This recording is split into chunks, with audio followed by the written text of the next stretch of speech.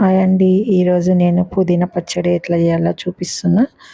పుదీనాకు కావాల్సింది ఒక పెద్ద నిమ్మకాయ అంత చింతపండు, ఒక పెద్ద కట్ట అంతా పుదీనా తీసుకోవాలి. పుదీనా తీసుకొని మంచిగా ఆకులు ఏరుకోవాలి, కట్టలు వేయద్దు. ఈ చింతపండు అయితే ఒక పెద్ద నిమ్మకాయ అంత సైజు తీసుకోవాలి, సరిపోతుంది. పుదీనా ఎక్కువ ఉండాలి, చింతపండు అనేది తక్కువ ఉండాలి. ఒక ఆనియన్ తీసుకున్న, ఆనియన్ కూడా లావుగా కట్ చేసుకోవాలి, సన్నగా కట్ చేయొద్దు. లావుగా కట్ చేసుకుంటే సరిపోతుంది. ఇప్పుడు ఎట్లా చేయాలో చూపిస్తానండి, చూడండి ఒకసారి. ఇప్పుడు బౌల్ పెట్టుకొని ఒక 2 స్పూన్ల ఆయిల్ అయితే వేసిన. ఆయిల్ వేసిన తర్వాత జీలకర్ర ఉంటుంది కదా, జీలకర్రనే వేసుకోవాలి, ఆవాలు వేయొద్దు. ఓన్లీ జీలకర్ర వేసుకుంటే పుదీనాకు టేస్ట్ ఉంటుంది. ఇప్పుడైతే నేను ఒక స్పూన్ అంతా జీలకర్ర వేసిన. నేనైతే చేతితో చూపించిన, కానీ మీరు ఒక స్పూన్ జీలకర్ర వేసుకోండి. ఆ జీలకర్ర వేగిన తర్వాత పుదీనా నూనెలో వేసుకోవాలి. ఆయిల్లో పుదీనా మంచిగా వేగాలి.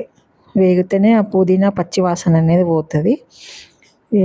పోయిన తర్వాత అది మంచిగా వేగిన తర్వాత అందులో కొంచెం పసుపు, అల్లం వెల్లిగడ్డ వేసుకోవాలి. అప్పుడు పుదీనాకు అనేది ఆయిల్ మంచిగా పడుతుంది.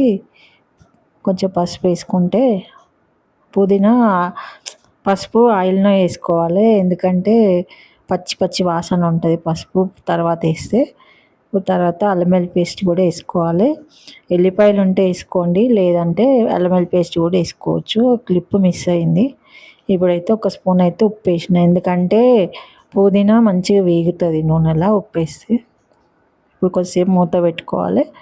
ఇప్పుడైతే పుదీనా వేగింది, ఇట్లా మంచిగా వేగాలి. వేగిన తర్వాతనే ఇప్పుడు చింతపండు ఉంటుంది కదా, నానబెట్టిన చింతపండు, ఇందాక నానబెట్టిన కదా గిన్నెలో, ఆ చింతపండు అనేది ఇట్లా తీసి అందులో వేసుకోవాలి.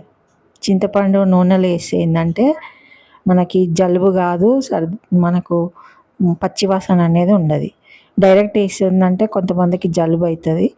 నూనెలో వేస్తే ఏంటంటే జలుబు అనేది కాదు, పచ్చివాసన పోయి మంచిగా వేగుతుంది చింతపండు కూడా.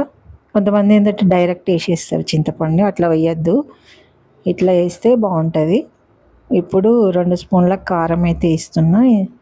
ఉప్పు కూడా ఒక స్పూన్ వేస్తాం. ఇంతకుముందు ఒక స్పూన్ ఉప్పు వేసిన కదా, ఇప్పుడు ఒక స్పూన్ ఉప్పు వేస్తున్నా.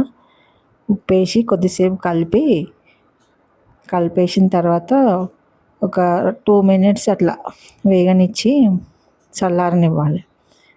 చల్లారనిస్తే పుదీనా అనేది మంచిగా కారం అవన్నీ మంచిగా పట్టుకుంటాయి చింతపండుకు.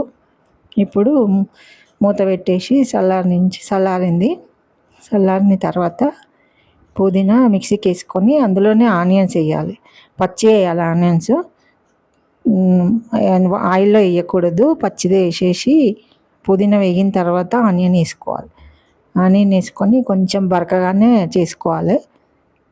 మిక్సీ పట్టేసేసి ఇప్పుడు మళ్ళీ పోపు వేసుకోవాలి. కొంతమంది ఏంటంటే డైరెక్ట్ ఆయిల్ ఫస్ట్ ఎక్కువ వేసేసి పోపు వేయరు. ఇప్పుడు ఏంటంటే మనము ఆయిల్ మంచిగా పైన కనబడాలంటే కొంచెం పోపు వేసుకుంటేనే బాగుంటుంది. ఇప్పుడు ఎండుమిర్చి, ఆవాలు వేసి ఒక 2 స్పూన్ల ఆయిల్ వేసి పోపు చేసేసుకుంటే పుదీనా పచ్చడి అయితే రెడీ అయిపోయింది. వేడి వేడి అన్నంలో తీసుకొని తింటే బాగుంటుంది.